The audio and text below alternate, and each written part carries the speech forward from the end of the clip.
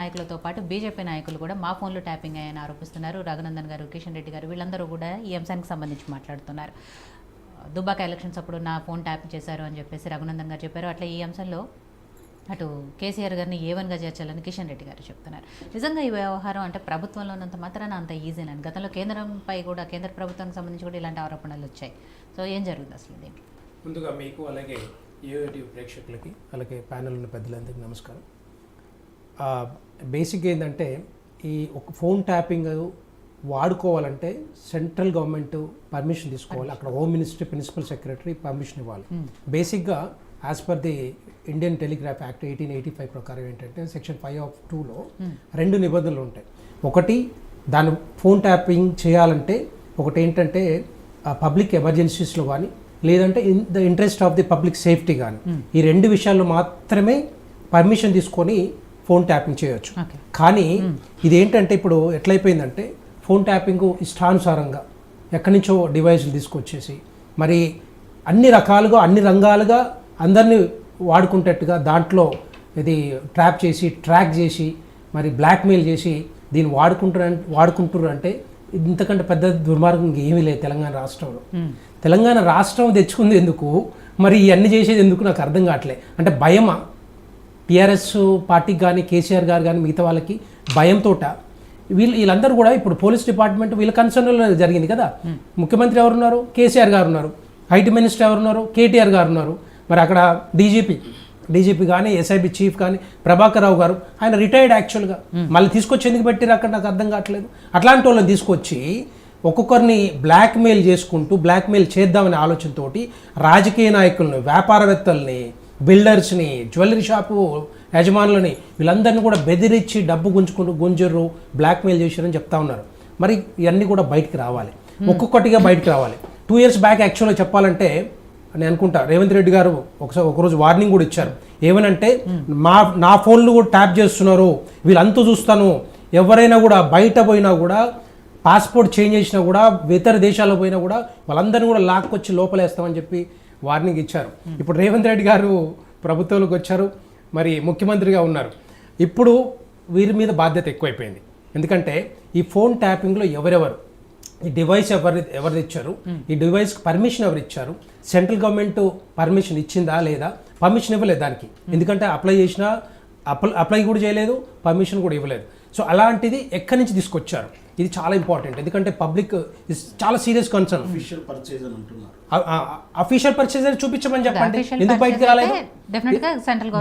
ఒకవేళ official purchase అయితే వీళ్ళందరినీ లోపల వేయరు కదా. ఈ ప్రణీత్ రావుని, భుజంగ రావుని, తిరుపతనని మిస్యూజ్ చేసి ఒకవేళ రైట్ అట్లా కూడా ఒకటి అదన్నా బయటికి రావాలి కదా. అది ఇంతవరకు అయితే బయటికి రాలేదు ఎక్కడ, అది ఇంతవరకు అయితే బయటికి రాలేదు. సో అట్లాంటిది కాకుండా దీన్ని మిస్యూజ్ ఎక్కడ పడితే అక్కడ. ఇప్పుడు ఫర్ ఎగ్జాంపుల్ రేవంత్ రెడ్డి గారు ఒకవేళ అఫీషియల్ పర్మిషన్ తో అయినా కూడా సెంట్రల్ గవర్నమెంట్ నుంచి ఆ స్టేట్మెంట్ అయినా రావాలి కదా.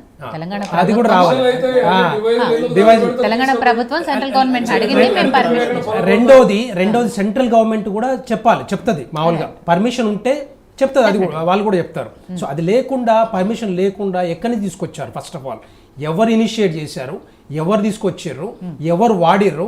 రేవంత్ రెడ్డి గారి ఇంటి దగ్గరలో 200-300 మీటర్ల దగ్గరలో ఒక వార్ రూమ్, ఒక టవర్ ఏర్పాటు చేసుకుని అక్కడ ఫోన్ ట్యాపింగ్ చేశారు.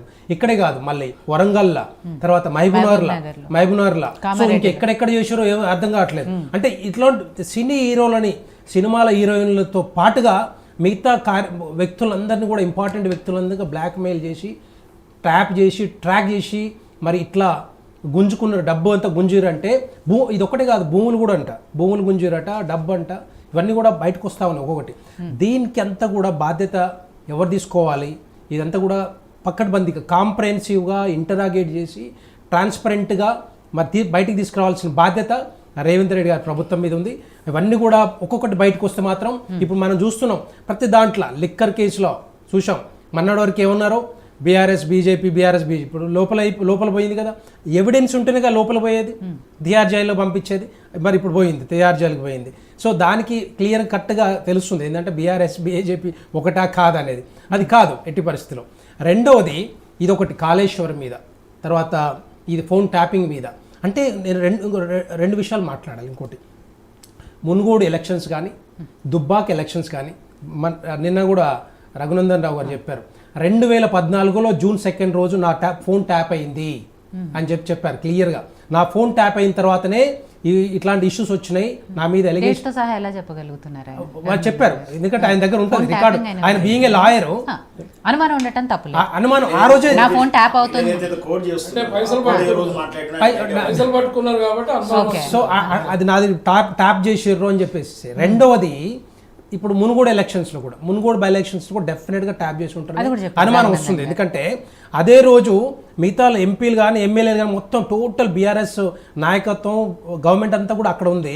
వాళ్ళు డబ్బులు పంచుతారు కానీ ఇక్కడ మాత్రం వీళ్ళు బీజేపీ వాళ్ళని, బీజేపీ నాయకుల్ని. రెండవది ఇంకోటి ఏంటంటే అఫీషియల్గా డబ్బులు డ్రా చేసుకుని వస్తుంటే మరి బీజేపీ ఎంప్లాయీస్ ఎవరైతే పనిచేస్తారో వాళ్ళ మీద ఈ ఫోన్ ట్యాప్ చేసి, డెఫినెట్గా ట్యాప్ చేసినట్టే చేసి వాళ్ళు ఆ డబ్బులు పట్టుకున్నారు. తర్వాత ఐటీ అఫీషియల్స్ వీళ్ళంతా ఎంక్వైరీ చేసిన తర్వాత అంత బయటకు వచ్చింది, అది క్లియర్ చేసేసారు. సో అట్లాంటిది ఎట్లా పక్కడబందికి ఎట్లా తెలుసు వీళ్ళకి, ఎక్కడి నుంచి వచ్చింది ఈ సమాచారం అంతా కూడా. సో ఓడిపోవడానికి, మునుగోడులో ఓడిపోవడానికి కారణం అంతా కూడా 100% ఫోన్ ట్యాపింగే ఉండొచ్చు అని ఆలోచన. సో అది ఇదంతా కూడా ఎంక్వైరీలో బయటకు రావాలి. ఓడిపోవడానికి ఇప్పుడు ఇంకో కారణం బయటకు కూడా అలాంటివన్నీ కూడా బయటకు రావాల్సిన ఉంది. బయటకు రావాల్సి ఎంక్వైరీ చేయాలి, ప్రాపర్గా ఎంక్వైరీ చేయాలి.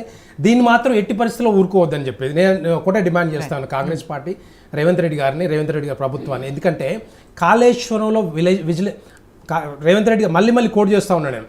దానికంటే ముందర ఏంటి, కాంగ్రెస్ ప్రభుత్వం రాకముందు రేవంత్ రెడ్డి గారు ఒకటే ప్రతిసారి చెప్పారు, కాళేశ్వరంలో అవినీతి జరిగింది, పెద్ద కుంభకోణం జరిగింది, లక్షల కోట్లు పోయినాయి, దాని మీద ఎంక్వైరీ చేయాలి, సిబిఐ ఎంక్వైరీ చేయాలన్నారు. ఇప్పుడు వచ్చారు సిబిఐ అయితే ఎంక్వైరీ వేయలేదు, విజిలెన్స్ ఎంక్వైరీకి ఆదేశించారు, ఏపిస్తున్నారు.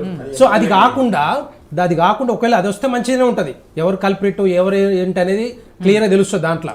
అది కాకుండా సిబిఐ ఎంక్వైరీ ఇప్పుడే వేయచ్చు కదా, చెప్పాలంటే సిబిఐ ఎంక్వైరీ వేసేసి సిబిఐ ఎంక్వైరీ వేస్తే ఏమైనా బయటకు వచ్చే అవకాశాలు ఉంటాయి కదా, ఎందుకంటే ట్రాన్స్పరెంట్గా మరి కల్ప్రిట్స్ అంతా బయటకు వచ్చే అవకాశాలు ఉంటాయి.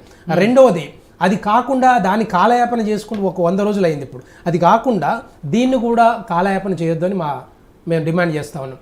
దీన్ని ఎట్టి పరిస్థితుల్లో యాజ్ సూన్ యాజ్ పాసిబుల్ వీళ్ళందరినీ కూడా కల్ప్రిట్స్ ఎవరైతే ఉన్నారో వాళ్ళందరినీ కూడా చట్టం ముందు తీసుకురావాలి. వాళ్ళందరికీ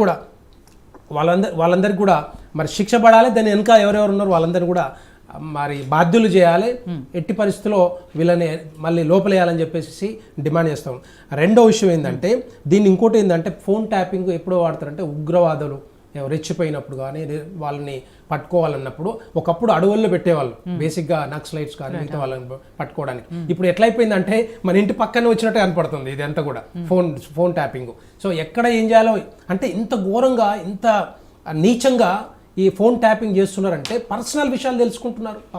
పర్సనల్ విషయాలు ఇప్పుడు ఎవరైనా మాట్లాడుకుంటే ఫ్యామిలీలో హెల్త్ కానీ లేకపోతే ఎడ్యుకేషన్ కానీ చైల్డ్ బేరింగ్ కానీ రకరకాలుగా మదర్హుడ్ కానీ రకరకాలు మాట్లాడుకుంటాం. అట్లాంటి మాట్లాడుకునే వినేసి వాళ్ళు బ్లాక్మెయిల్ చేయడం ఇదేంటని నాకు అర్థం కాదు. ఇదే మనం తెలంగాణ రాష్ట్రం తెచ్చుకుని దీనికోసమేనా? తెలంగాణ అభివృద్ధి చేయడానికి, తెలంగాణ ప్రజలు బాగుపడాలని ఆలోచనతోటి కేసీఆర్ని గెలిపిస్తే ఇగో ఇట్లాంటివన్నీ కూడా బయటకు వస్తూ ఉన్నాయి. ఒక్కొక్కటి ఇంకా వచ్చే అవకాశాలు ఉంటాయి. వీటి మొత్తం మీద కూడా ప్రాపర్గా ఎంక్వైరీ చేయాలి, బయటికి తీసుకురావాలి. అది తీసుకొచ్చే బాధ్యత మరి కాంగ్రెస్ ప్రభుత్వం రేవంత్ రెడ్డి గారి మీద ఉంది. శ్రవణ్ కుమార్ గారు, సో అసలు ఈ ఫోన్ ట్యాపింగ్ వ్యవహారం ఏంటి? దీంట్లో ఈ ప్రణీత్ రావు, భుజంగరావు, ప్రభాకర్ రావు, రాధా